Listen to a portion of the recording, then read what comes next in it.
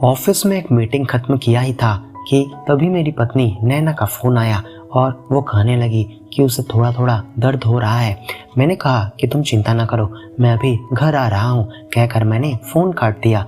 Office में उस दिन मुझे 2 मीटिंग अटेंड करना था, पर दूसरे मीटिंग को मैंने एक सहकर्मी के भरोसे छोड़कर जल्दी जल्दी घर पहुँच गया। जो डॉक्टर मेरी पत्नी का इलाज कर रहे थे उन्हें मैंने फ़ौरन फ़ोन किया और बताया कि मेरी पत्नी को दर्द महसूस हो रहा है। डॉक्टर ने कहा आप चिंता न करें, तुरंत अपनी पत्नी को मेरे नर्सिंग होम लेकर चले आए। डॉक्टर साहब के कहे अनुसार मैं नैना को उनके नर्सिंग होम में भर्ती करवा दिया और जब मैं डॉक्टर साहब से मिला तो उन्होंने कहा अब जब आप यहाँ पर आ ही गए हैं तो आपको चिंता करने की कोई आवश्यकता नहीं है। हम लोग और थोड़ी देर देखेंगे कि दर्द थोड़ा बढ़ता है या नहीं। मैंने जब डॉक्टर साहब से पूछा कि कोई प्रॉब्लम तो नहीं होगी ना, तब डॉक्टर साहब ने कहा आप निश्चिंत रहें। डॉक्टर साहब की कही गई बात जब मैंने अपनी पत्नी को बताया तो नैना बोली आप चिंता ना करें, अभी आप मेरे मम्मी पापा और आपके बाबूजी को खबर कर दें। उन लोगों के रहने से आपकी टेंशन काफ़ी दूर हो जाएगी और आपको हिम्मत भी मिलेगी। मैंने नैना की बात मान ली और तुरंत ही अपने बाबूजी को फ़ोन लगाया। उन्होंने कहा कि बेटा मैं अभी वकील साहब के पास कुछ ज़रूरी काम के लिए आया हूँ, देखता हूँ। मैंने कहा पापा आपकी बहू नर्सिंग होम में एडमिट है और आप नहीं आएंगे? उधर से बाबूजी बोले बेटा मैंने ये नहीं कहा है, मैं अभी वहाँ पहुँच रहा हूँ, तुम चिंता ना करो। और जब ससुर जी से बात हुई तो उन्होंने कहा कि बेटा तुम्हारी सासू माँ की तबीयत ठीक नहीं है, मैं कल सुबह तक वहाँ पहुँच जाऊँगा, तुम बेफिक्र रहो। फ़ोन रखने के बाद मैं यही सोचता रहा कि आज यदि माँ जिंदा होती तो बाबूजी के साथ माँ भी आती। तभी डॉक्टर साहब वहाँ आ गए और मुझे कुछ दस्तावेज देकर बोले हम लोग पेशेंट को लेबर रूम में लेकर जा रहे हैं, आप इन बॉन्ड पेपर पर साइन कर दीजिए। मैं यानी राहुल ऑपरेशन थिएटर के सामने लगे बेंच पर बैठकर यही सोच रहा था कि मेरी पत्नी ठीक तो हो जाएगी ना। तभी मेरे बाबूजी मेरे कंधे पर हाथ रखते हुए बोले बहू कैसी है? पापा नैना को लेबर रूम में गए 1 घंटे से ऊपर हो गया है, मुझे तो बहुत ही टेंशन हो रही है, कहीं कुछ हो ना जाए। पापा ने मुझे आश्वस्त करते हुए कहा टेंशन की कोई बात नहीं है बेटा, इस नर्सिंग होम का डॉक्टर बहुत ही एक्सपीरियंस्ड है, कोई दिक्कत नहीं होगी। और वैसे भी यह पहला इशू है ना, इसलिए शायद देर हो रहा होगा। इसके ठीक 15 मिनट बाद सिस्टर ने आकर मुझे बधाई देते हुए कहा कि आपको बेटा हुआ है और माँ और बच्चा दोनों ही स्वस्थ हैं। ये सुनकर मुझे बहुत खुशी हुई और मेरे चेहरे पर एक मुस्कान दौड़ गई।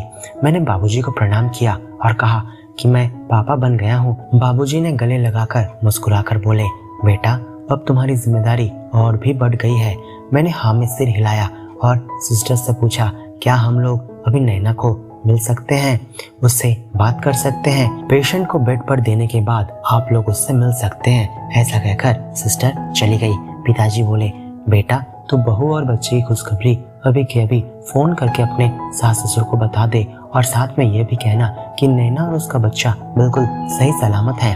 बाबूजी के कहे अनुसार मैंने अपने ससुराल वालों को फोन लगाया और उन्हें यह खुशखबरी दे दी और साथ में यह भी कहा कि यदि मम्मी जी की तबीयत बहुत ज्यादा खराब है तो आप 2-4 दिन बाद भी आ सकते हैं, इसमें कोई दिक्कत नहीं है। मेरे साथ मेरे पिताजी हैं, वो कुछ दिनों के लिए यहीं पर रुक जाएंगे। इतना कहकर मैंने फोन रख दिया। मैंने बाबूजी से कहा क्या आप 2-4 दिन मेरे यहाँ रुक सकते हैं? पिताजी बोले हाँ, मैं अपने किराएदार को सब कुछ कहकर आया हूँ, 2-4 दिन यहाँ आराम से मैं रह सकता हूँ, कोई दिक्कत नहीं है। मैं मन ही मन बहुत खुश हुआ, पर बाबूजी के सामने यह जाहिर होने नहीं दिया और उनसे कहा कि आप तो सुबह से कुछ खाए नहीं होंगे, जाकर आप बाहर से कुछ नाश्ता करके आ जाइए, मैं यहीं पर सिस्टर के आने का इंतजार करता हूँ। पिताजी बोले नहीं बेटा, पहले मैं बहू और पोते को देख लूँ, उसके बाद खाना पीना तो होते ही रहेगा। इसके कुछ आधे घंटे बाद हमें नैना से मिलने के लिए दिया गया। नैना के सामने जाते ही मैंने देखा कि वो मुस्कुरा रही है। बाबूजी ने नैना से पूछा बहू तुम ठीक हो ना? नैना ने सिर हिलाकर हाँ में जवाब दिया। बाबूजी अपने पोते की ओर कुछ एकटक बहुत देर के लिए देखते रहे, फिर एक अंगूठी अपनी जेब से निकालकर नैना को देते हुए बोले ये तुम्हारे सासू माँ के हाथ की अंगूठी है। राहुल ने फोन पर जब तुम्हारी ये बात बताई तब मैं जल्दीबाजी में यहाँ पर चला आया। मुझे तुम्हारे लिए कुछ खरीदने का समय ही नहीं मिला। अभी के लिए तुम इसे ही रखो। मेरे पोते की मुंह दिखाई के लिए ये कहकर बाबूजी ने वो अंगूठी नैना के हाथ पकड़ा दी। नैना उस अंगूठी को लेकर बाबूजी से कहने लगी, पापा आप मुझे आशीर्वाद कीजिए कि मैं अपने बेटे की परवरिश बहुत अच्छे से कर सकूं, उसे लायक बना सकूं। बाबूजी ने आशीर्वाद देते हुए कहा कि भगवान की कृपा हमेशा तुम्हारे और तुम्हारे बच्चे पर बनी रहे, तुम्हारी हर मनोकामना पूरी हो। कुछ देर के लिए बाबूजी अपने बहू और पोते के पास खड़े थे। फिर उन्होंने कहा, बेटा मैं नीचे जा रहा हूँ, तुम नैना से यदि बात करना चाहते हो तो कर लो। पिताजी के जाने के बाद नैना बोली, तुमने मेरे मम्मी पापा को खबर दी क्या नहीं? मैंने कहा, हाँ पिताजी के आने से पहले ही मैंने उन्हें फोन किया था। तुम्हारी मम्मी की तबीयत ठीक नहीं है इसलिए वो आज नहीं आ सकेंगी।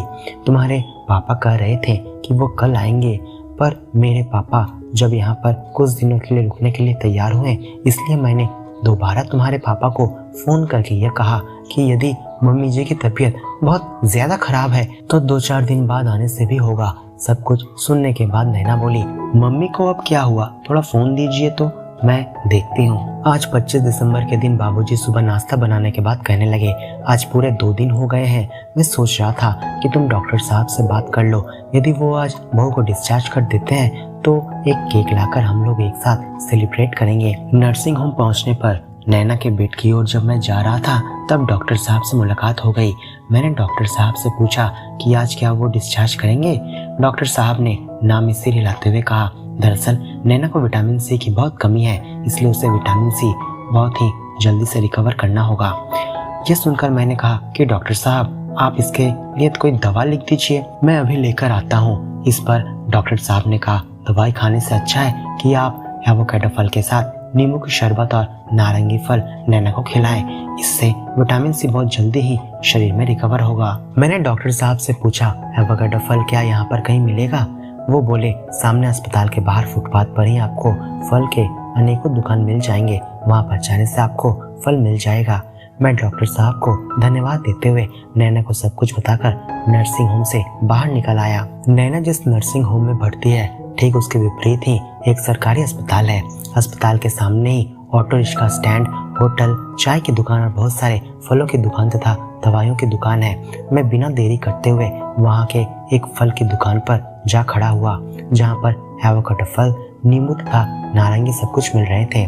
फल लेने के बाद जैसे ही मैं अपना वॉलेट निकाल रहा था तभी अचानक मैंने देखा कि एक 8-9 साल की छोटी सी बच्ची जिसका चेहरा मुरझाया हुआ था, बाल बिखरे हुए थे, वो मेरे सामने आकर कहने लगी कि साहब मेरी माँ काम करते करते गिर गई है, सिर फटकर बहुत खून बह गया है।